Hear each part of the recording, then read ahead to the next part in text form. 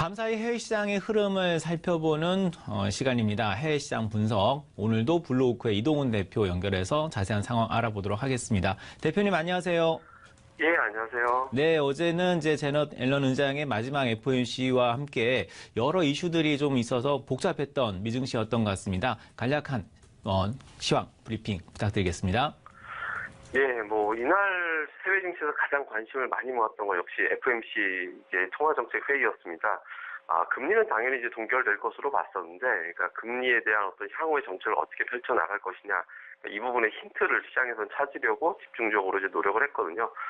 힌트 찾는 방법은 시장에서 경기에 대한 전망, 인플레이션에 대한 전망, 이런 부분에서 이제 찾아보게 되는데, 일단 예상대로 금리는 동결됐습니다. 그런데 시장에서 관심을 모았던 인플레이션 관련된 어떤 내용을 보면 연내 2% 도달이 가능할 것이다. 이렇게 이제 전망을 했습니다. 2% 도달이 가능하다라는 것은 상당한 어떤 의미를 갖습니다. 작년 12월 같은 경우는 연내 이제 2% 도달이 쉽지 않다라는 취지의 어떤 내용이 있었거든요. 근데 지금 2% 도달을 할 수 있다라고 얘기가 나왔고 그 추가 달성 가능성도 열어둔 듯한 그런 어떤 내용이 좀 있었습니다. 2%가 중요한 의미는 연준의 목표치거든요. 연준의 연간 인플레이션 목표치가 2% 정도 되는 거기 때문에 이 선이 도달하게 된다라면은 물가가 어느 정도 위로 올라섰고 물가 올라가면 당연히 기존에 과도하게 내려져 있는 상태의 금리를 정상화시키는 그런 절차가 계속 착착 진행될 수밖에 없다라고 시장에서는 보고 있거든요. 그동안 고용지표 좋았고 여러 가지 성장지표 양호하게 나오는 그런 상태였는데 유일하게 금리 인상의 발목을 잡고 있었던 것은 이제 인플레이션이었습니다. 근데 인플레이션에 대한 어떤 목표치 2%, 이 수치에 어떤 도달이 가능하다라고 연준에서 진단을 했고, 이런 내용은 결과적으로 올해 금리 인상이 정상적으로 진행될 수 있을 것이다. 이런 분석이 나오면서 증시가 막판에 출렁거리는 그런 모습이 나타났습니다. 2% 도달 가능하고 추가까지 가능하다라고 보면 시장에서는 금리 정상화 속도가 상당히 빠를 것이다. 이렇게 이제 예상을 하고 있거든요. 근데 시장에서 이제 금리 정상화에 대한 기준이 좀 다른 것 같습니다. 그러니까 보통 일반적인 시각으로는 3%냐, 2.5%냐, 이렇게 좀 달라지는데, 시장에서는 4차례 정도까지 금리가 올라갈 것이다.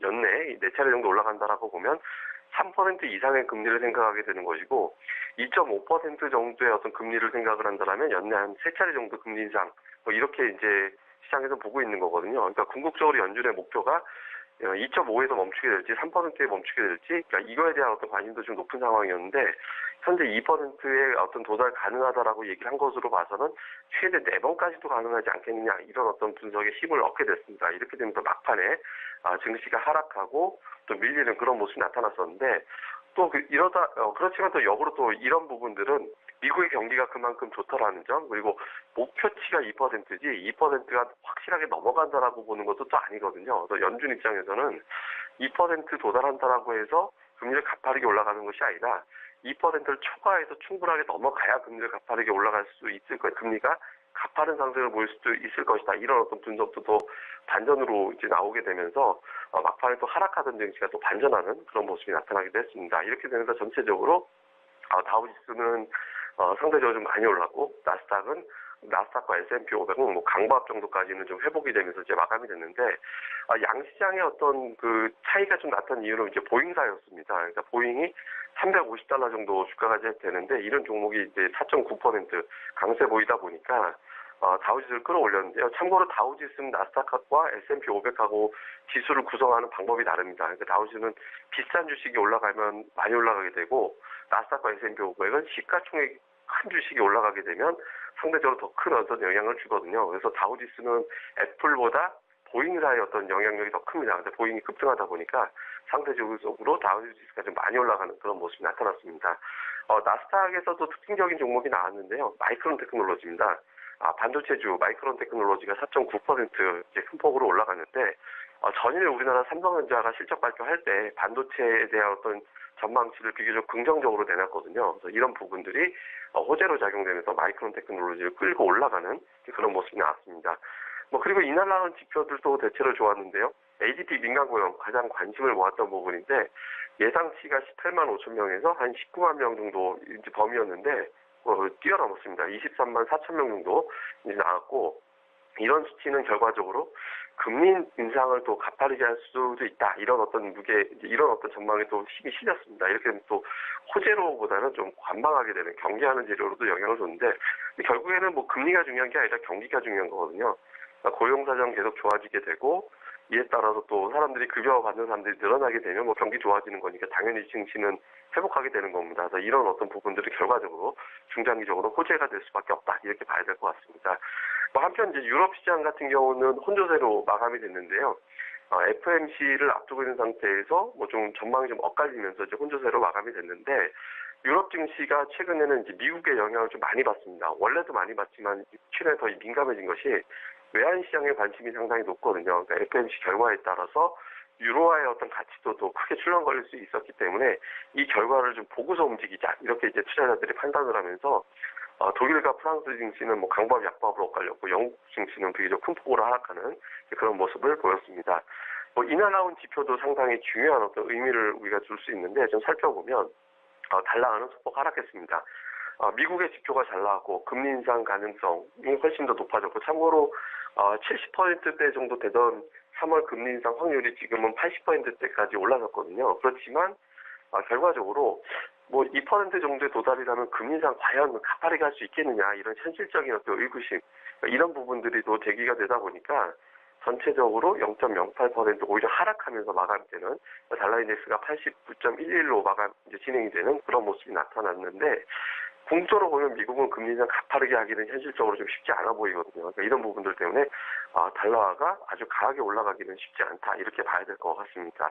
그리고 이제 국제유가 같은 경우는 0.4% 정도 올라갔는데요. 달러화가 좀 약세를 보였고 그리고 이제 최근에 경제 지표가 좀 양호하게 나왔기 때문에 좀 올라가긴 했습니다만은 원유 재고가 또 예상보다 큰 폭으로 증가가 됐거든요. 이런 점이 국제유가의 상승폭을 좀 제한시키는 그런 모습이 나타났습니다. 지금 원유 재고가 다시 증가했던 부분 좀 주목해봐야 되는데 국제유가가 힘있게 밀고 올라가야 되는 단계에서 원유 재고 증가가 나타나는 것은 조금 시장에서 경계감이 만들어질 수도 있는 부분이거든요. 그래서 당분간 재고량에 따라서 좀 유가가 좀 출렁거리는 그런 모습이 나올 수는 있을 것 같습니다. 그의 지표 보면 변동성 지수, 공포 지수죠. 이거는 장 초반 뭐 좀 출렁거림이 나오긴 했습니다만 결과적으로는 7% 정도 하락하면서 13.70으로 이제 마감이 됐는데 이 공포 지수가 급등하지 않고 이 정도로 안정된 것은 미국의 최근에 이슈가 됐던 금리 추이가 좀 안정되지 않을까? 시장에서는 이렇게 보는 측면이 좀 있었다라고 봐야 되거든요. 그래서 이 변동성 지수는 낮으면 시장의 변동성이 줄어든다. 이렇게 되면 상대적으로 증시가 안정된다는 거죠. 그러니까 지금 금리에서 비롯됐던 어떤 재료가 좀 안정될 가능성 이 부분에 대해서는 이제 시장에서는 좀 또 비보고 있는 게 아닌가 이렇게 봐야 될 것 같습니다. 그리고 이제 야간 선물은 좀 빠졌는데요. 외국인들이 500계약 정도, 526계약 정도 매도하는 가운데 0.19% 정도 하락했는데 미증시가 금리 인상 가능성이 높아졌다는 내용으로 출렁거릴 때 좀 하락하는 시점에서 야간 선물이 마무리가 됐거든요. 이렇게 돼서 반등한 부분을 좀 반영하지 못했습니다. 그래서 실제로는 아마 야간 선물보다는 조금 양호하게 끝날 가능성, 우리 증시가 출발할 가능성 이런 부분이 더 높지 않을까 이렇게 봐야 될 것 같습니다. 뭐 이런 어떤 시황 그리고 이제 지표를 토대로 오늘 중요하게 챙겨봐야 되는 이슈를 좀 살펴놓고 보면 향후에 또다시 금리로 관심이 좀 넘어갈 것 같습니다. 그러니까 미국 주요 기업들의 실적이 이제 속속 나오게 될 텐데 기업들의 실적도 중요합니다만은 지금으로서는 미국 국채 수익률이 이제 상당히 중요하거든요. 그러니까 지금 금리에 대해서 오늘도 또 장중에 FOMC 결과 이후에도 금리가 또 출렁거리기도 했었는데 미국의 국채 수익률 추이가 계속해서 또 올라간다면 이거 뭐 쉽게 말씀드리면 미국의 시중금리가 올라가게 된다라면 시장에서는 또 긴장감을 갖게 되거든요. 근데 3월에 금리 인상 확률이 높다라고 보여지는데 실질적으로 보면 또 3월 넘어가고 나면 다음 금리 인상 시점까지는 또 한 3개월 정도의 여유가 생길 것으로 보여지거든요. 그래서 금리가 그러니까 그럼 어떻게 보면 향후 5개월 이내에 금리 인상 한 번 정도라고 보게 되거든요. 3, 4개월, 그러니까 4개월에서 5개월 이내. 그럼 금리가 여기서 무턱대고 계속 밀고 올라가기도 쉽지는 않습니다. 그렇지만 그럼에도 불구하고 금리가 올라간다면 또 시장의 긴장감이 높아질 수 있거든요. 그래서 미국의 금리 추이 지금 잘 살펴보는 게 좋을 것 같고요. 그다음에 또 하나는 오늘 나오는 지표 중에 제조업 지표, 그러니까 제조업 구매관리자 지수 나오게 될 텐데 이 데이터가 또 중요한 것은 이 데이터에서 나오는 구매관리자 지수에 포함되는 항목들이 향후에 뭐 원재료를 많이 구매할 거냐, 고용자, 신규 채용을 또 많이 할 거냐 이런 항목이 이제 나오게 되는데 이게 결국에는 향후에 미국의 고용시장 그리고 원재료에 대한 구매비는 주요 제품, 특히 IT 제품에 대한 수요가 여기에 또 많이 포함되는 경우가 좀 많이 있거든요. 그래서 뭐 중장기적으로 보면 IT 기업들의 어떤 주문량, 수요, 뭐 실적 이런 부분에 일정 수준 좀 선행하는 그런 지표로도 삼게 되기도 합니다. 그래서 오늘 나오는 구매 관리자 지수도 좀 이 시점에서는 중요하니까 잘 좀 살펴봐야 될 것 같고요. 그리고 이제 전체적인 시황으로는 인프라 투자 관련해서 사실 이제 확정이 됐는데 시장에서 반영이 되지 않고 있거든요.